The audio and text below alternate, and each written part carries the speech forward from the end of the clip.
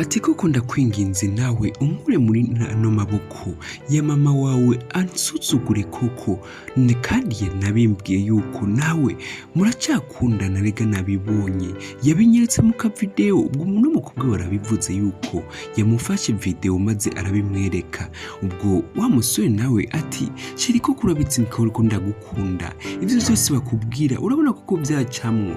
Ubwo uno musore nawe yatanguye kwisuzuma muri we, abona ko mama yamuteranije. Mama koko ibi bintu wakoze urabona ko ari byo kweri, raba wanteranije n'umukunzi wanje. Ubwo wa mukobwa wundi nawe atangura kwigirisha nkaho umenga nyene niwe amubereye mu by'ukuri. Tisheri koko ndabizi wankunda, ariko rabe koko ibyo nkoreye. Ubwo wa mukobwa nawe amutangura kumukankamira amubwira ko bitakunda ko babana n'ikimuga, amubwira ati ahubwo we tuza sheri ndagukunda. Ubwo wa mukobwa nawe amubwira yuko bitakunda kuko byagenda byose niba ari amayeri bakoranye na nyina wiwe, amwereka uburyo bitakunda ko babana bajya mu rukundo bakundana bya nyabyo. Ariko amubwira yuko yamaze kwihebera no mukobwa mubona w'ikimuga ari nawe yamuvyariye umwana. Aho niho batanguye guterana amajambo.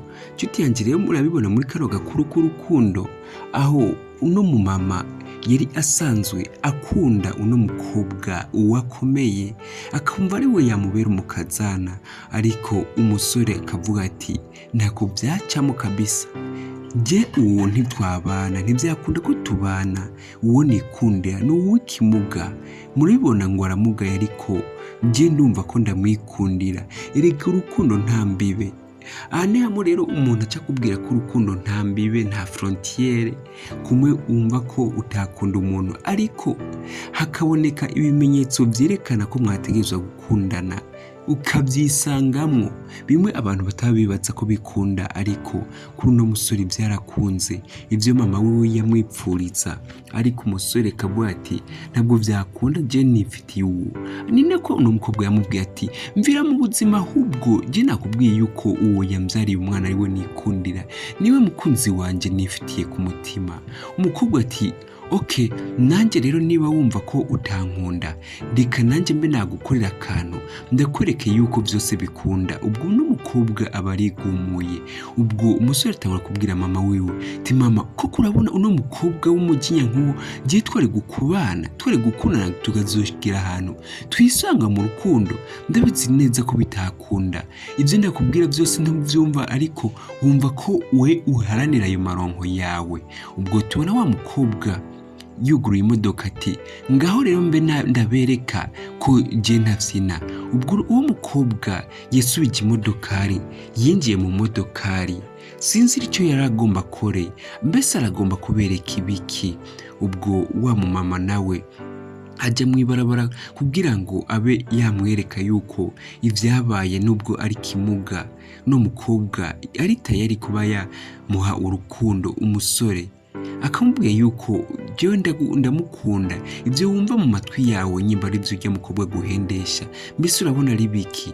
Ngaho rero tubona wa mukobwa inyuma ariko arazana imodokari n'umuvuduko mwinshi, maze wa musore akuraho wa mugore wiwe. Noneho mama wiwe aba aramugonze agisida itari yoroshe na gatoyi. Nibwo tubona batwereka kwa muganga, aho mama wiwe yari yataye ubwenge atarazi ahari, ariko atangura kweraguza araba hejuru. Abona wa musore umuhungu wiwe ari kumwe na wa mukobwa w'ikimuga, umwe atibaza yuko yamubera umukazana.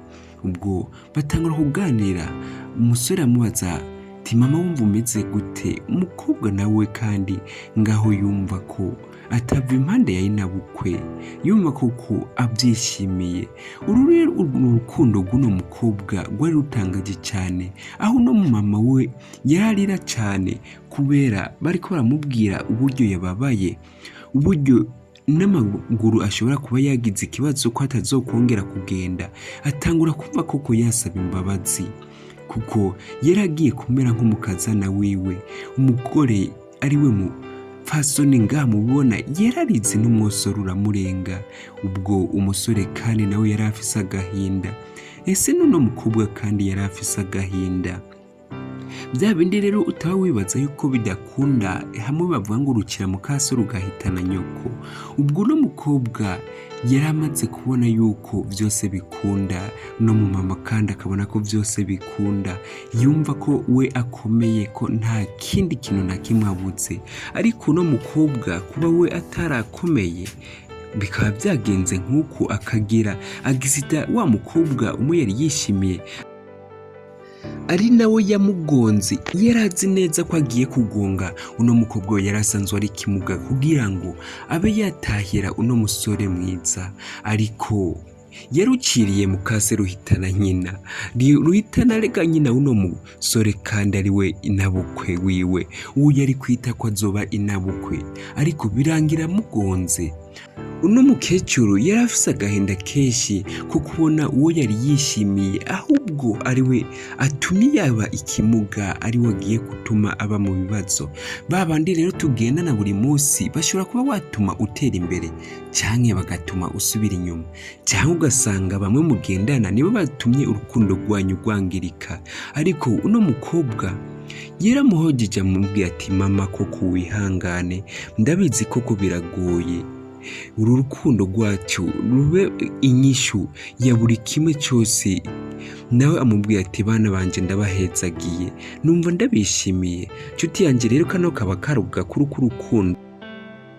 Inshuti yanjye rero niba ari bwa mbere ushitse ngaha kuri Bayaga Story, nturengane udakoze subscribe, ukore follow, hama ukore like, commentaire ndetse na partage kugira ngo n'abandi batashoboye gushikirwa n'ino nkuru maze bayibone.